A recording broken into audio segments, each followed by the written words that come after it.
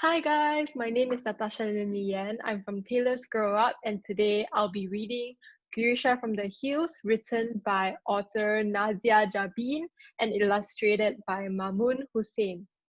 So let's get started. Girisha is a little girl who lives in a small village in the hills.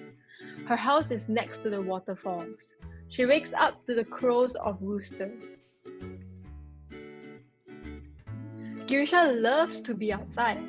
Every day, she runs from hill to hill and dances with the clouds. All the birds and animals are her friends.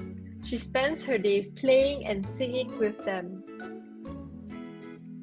One afternoon, Girisha sits outside her house making wildflower garlands when an elephant approaches the village. The villagers run in every direction. "Run! The elephant is going to trample us!" cries her neighbor. Girisha isn't afraid though. She has an idea.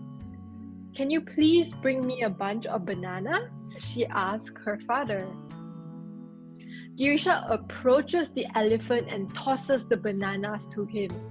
The elephant eats them up quickly. He was simply hungry. Now, Girisha and the elephant are friends. Everyone in the village is surprised at Girisha's bravery. The elephant happily showers some water upon Girisha. She gives her flower garland to the elephant and he goes back into the deep forest. The village is saved. Drums starts beating at the edge of the falls.